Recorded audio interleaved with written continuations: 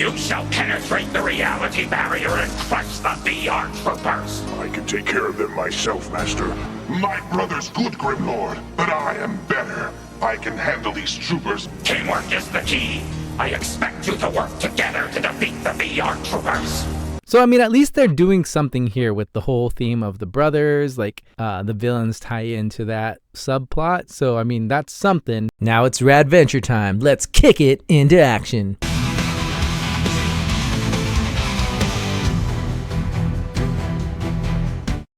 All right, you rascals, welcome back. Today, we're going to be talking about another episode of VR Troopers. This one we're looking at is called Oh Brother. Oi, mate. Perfect timing watching a VR Troopers episode. Why is that? Oh, right, I forgot to tell you, mate, but, I kinda let Grimlord stay with me in my room for the weekend. What? Yeah, you didn't think you'd mind. You didn't think that I would mind that you let a supervillain stay in our apartment for the weekend? I mean, he said he'd do some chores, maybe take out the trash or something. Yeah, I don't know if that makes it any better.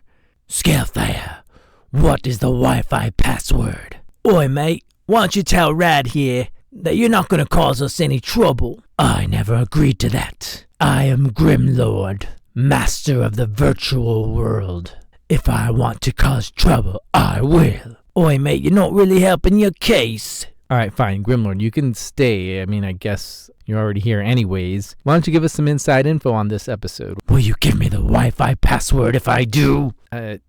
Sure. Excellent. So we start the episode with Ryan reminiscing about his dad. Back at it again. And this time he was thinking about the time he said he wished he had a brother. And then his dad gives him this nonsense about all men are brothers, which sets up the conflict for this episode about two brothers who are in this competition, but they just can't stop bickering. You know what you're doing? You messed up, you dork. Come on, guys, act like martial artists. And what's the problem? He got too slow and bumped me. He was rushing. Which kind of worries Caitlin because she just wrote an article about these two brothers. And I mean, yeah, that's like real hard-hitting journalism there. Good job, Woody. There's a front page story there. Two brothers fighting in a competition. They're two brothers. The article is just called Two Brothers. So anyways, the article about the two brothers gives Grimlord an idea. He's going to send out his own two brothers. Slice and Dice. Yes, this is one of my most brilliant plans. Oi, mate, did you use my towel? Why is it all slimy and wet? Oh, yes. I needed to use it to clean up after one of my experiments exploded. Mate, you should have asked me first. Bit rude, don't you think? I'm a villain.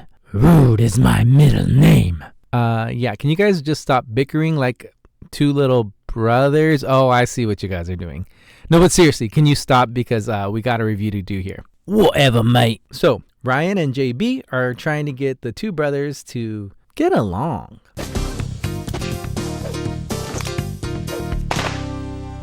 All right, you guys got it? You make it look so easy. Of course, you don't have to do it with him. Me, you're the king of the dweebs. Well, I mean, at least he made him king of the dweebs. And, you know, not something lesser like the prince of the dweebs or even the court jester or even the princess if he really wanted to insult his ego. It was the 90s. I could see that flying. Turn left here. No, take the shortcut. Guys, take it easy. Hey, check him out. Whoa, a skunk. I knew there was something up with this place. Where are you gonna go? Where are you going? I wanna go. Gotta follow. Oh, let me go. Stay I wanna here. go. I always wanted to see a skunk. He always wanted to see a skug. Like, these two jokers will argue about anything. Like, this is the height of sibling rivalry. They're just looking for any excuse to argue. Like, take the shortcut. No, go that way. Like, what's the point other than I just want to argue with this person? But I do kind of like the world building here. Like, they know what skugs are and they kind of treat it like a wildlife sighting. Like if you see a fox running across the highway or something like that, you're like, oh, cool, a fox, something like that. But they're like, oh, cool, a skug. I want to see them up close. That's so cool. Like, I mean, I guess if you were a kid in this world and you always hear about these like scug fights or putty fights, stuff like that. I mean, you would probably be interested. Like, you might be a little scared, but also interested. So that part like kind of rings true. Yes, my scugs are amazing fighters. Caitlin, what is it? I told you guys to wait in the car. Wait here. She's going. Come on, let's go. Let go of my belt. I haven't got your belt. Quit pulling.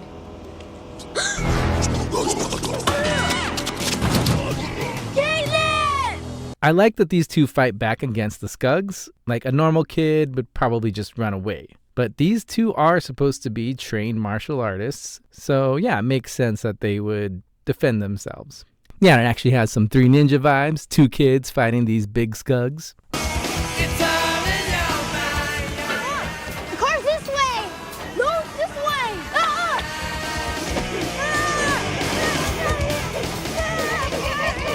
Well, I mean, at least these two are consistent. Their bickering ends up getting them caught by the Scugs, which I guess is the lesson that if they weren't bickering so much, they would have gotten away. But I mean, I don't think we ever explicitly get that lesson stated, or do we ever see them like reflect on this? So like, maybe that's where they were going, but we don't really get to see it play out that well. Ryan, we got big trouble, and it's totally my fault. What happened?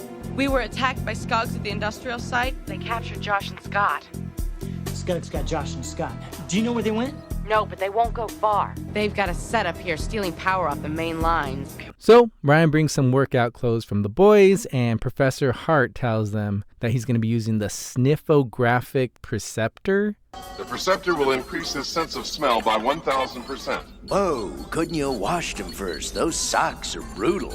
And yeah, I don't know why they need to put this big contraption on Jeb to help him find the kids. Like, we've already established they're being held pretty close to where they got taken, so it's not that big of an area to search. And dogs already have a good sense of smell, so if he just sniffs their clothes, I'm pretty sure he can find them. It just seems a bit unnecessary, but I guess they really wanted to have that like extra like sci-fi tech look to it. Well, if you would have followed me, we wouldn't have gotten caught.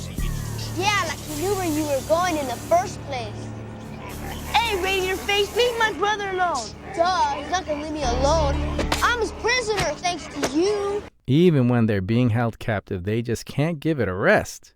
But I do love that even though they're arguing, this kid has the balls to just like call the Scug a radiator face. Like, and yeah, you're this villain guy, but you look ugly. I mean, maybe these kids just like insulting people.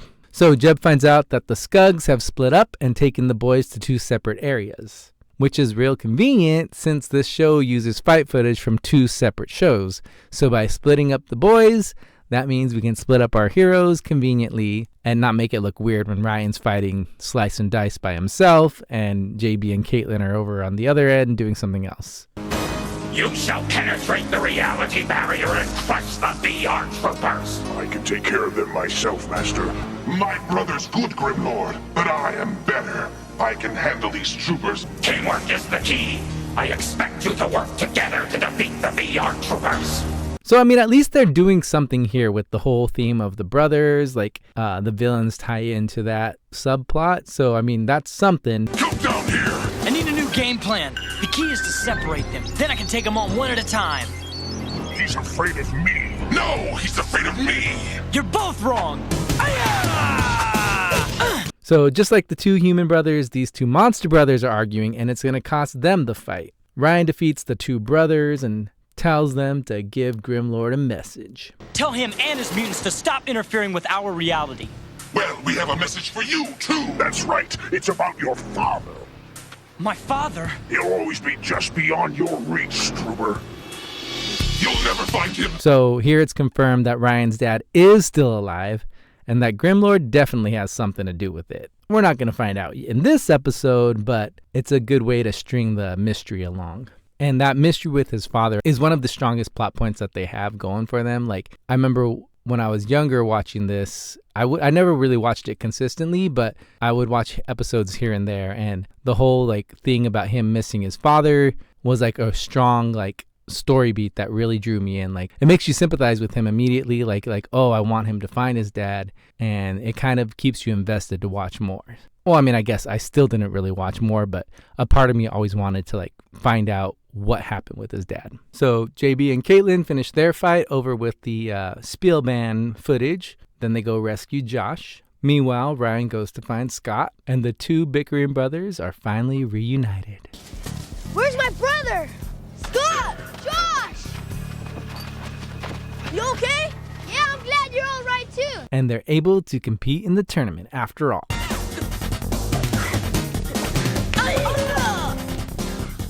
All right. And seeing the two brothers fight a lot in this episode, it kind of led me down a rabbit hole. Because at first I thought like, oh, is the older brother the same actor who plays young Tommy? Because I know he does martial arts in reality too.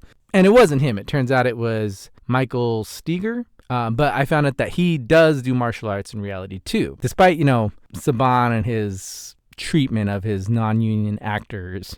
I mean, because that's its whole other issue. But I do like the fact that he was giving these young martial artists this kind of opportunity to not only act, but show off their martial arts skills. There's this kid, Michael Steger.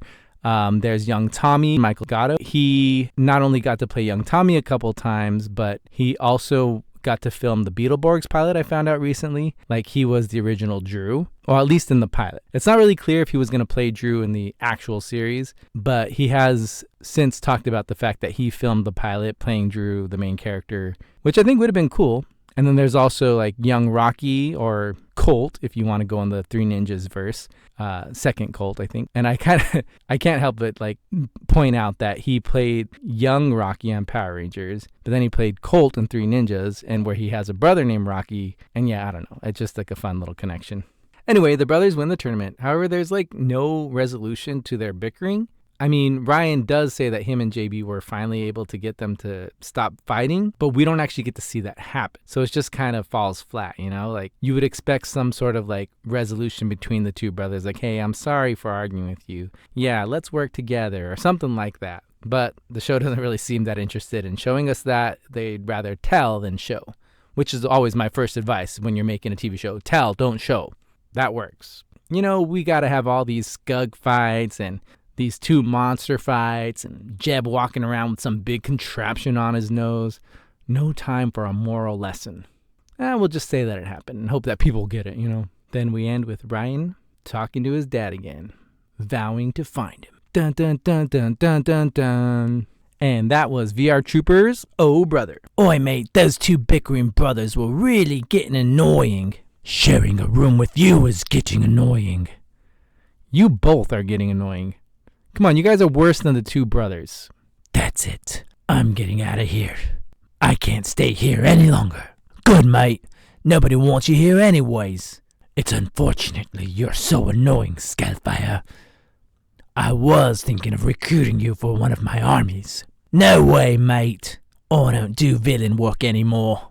Okay, well, yeah, bye, Grimlord. It was, well, I can't say nice, but I'm glad you're leaving. All right, you rascals, thanks for watching.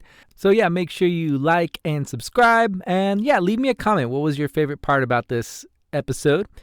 And if you really want to support the channel, you can always buy me a coffee. Link is in the description. Until next time, everybody. See ya!